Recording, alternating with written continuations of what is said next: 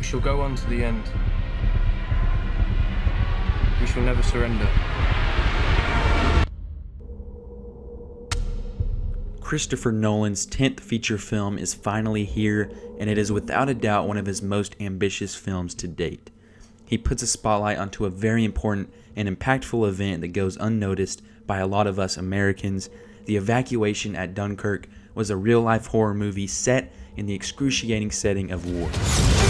Nolan gives plenty of perspectives to find out for ourselves what and who was affected by this historical event. Saying that Dunkirk is your typical war movie is like saying Interstellar was very easy to understand. Nolan's war epic is the furthest thing from typical. He explores themes and methods of storytelling that very few other filmmakers have even dipped their toes into. The story is very personal, yet it reaches a collective.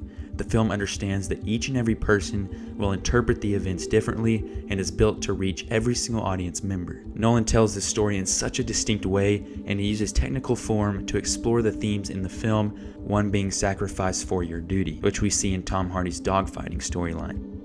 One of ours! He's on me! I'm on him. If you are looking for a character piece or a love story in the midst of all of the themes in Dunkirk, then you're going to leave disappointed. Nolan made a very smart and well thought out decision when he decided to shed light on all of the brave soldiers and the unsung heroes that came from England to evacuate them. No one character is given the special treatment, and that goes back to the point I made about this film reaching a collective, as everyone can get something out of the story. From the opening of this movie to the end credits, Nolan never lets go of his grip on the audience. He is purely concerned about this one moment in this one specific time. In doing this, we really feel that sense of despair the entire film. It's kind of the OG of the phrase, so close yet so far away. They pointed out multiple times that England is really just right there.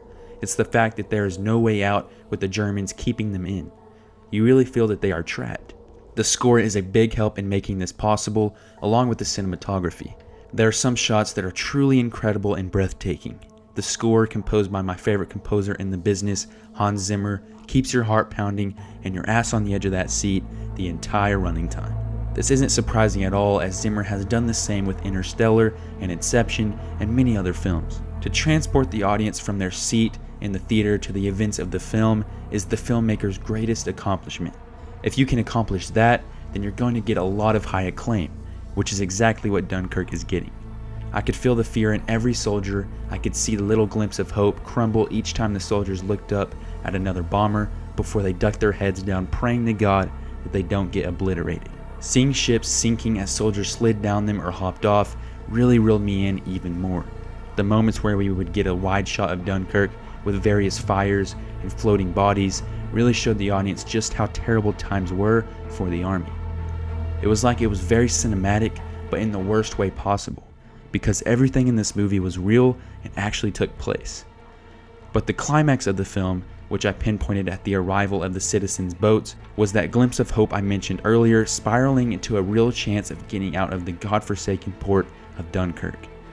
Again, this scene is scored perfectly, as we get the full effect of this very uplifting moment.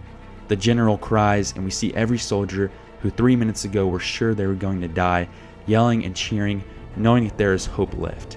The climax is where the three storylines or perspectives, the mole, the sea, and the air, meet each other, all of which have their own endings, so why don't we get into the second act of this video and explain all three. But first, my score, and that's going to be a solid 94%.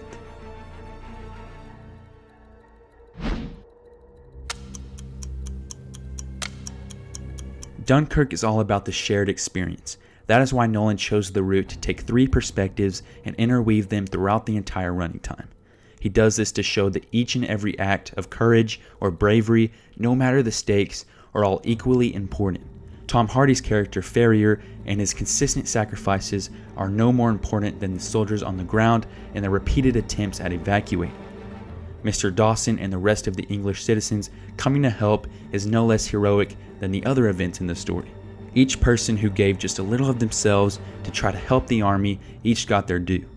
Even George, who sacrificed his life to come on the daring mission, was acknowledged. Each of the three plots, being the mole, the sea, and the air, are wrapped up in the closing minutes.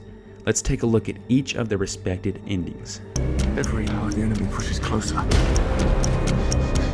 The Mole, which is a week-long in real time, is concluded with Alex and Tommy arriving back home and boarding the train. Alex assumes that the people back home will look down on the soldiers because of the evacuation. But this is refuted when we see them handing out beers and apples to the soldiers and cheering. The ending note is that distinct difference between the actual war narrative and the soldiers' perceived one. Nolan shows how retreat can indeed be victorious. The Sea. A day long, this thread was put to an end when Murphy, Cillian Murphy, is dismissed by the crew and he leaves without knowing the true fate of George, who he accidentally killed. This explores that theme of sacrifice in a way, as Mr. Dawson's son sacrifices getting that satisfaction and revenge on Murphy by lying and releasing a potential burden on the already traumatized soldier.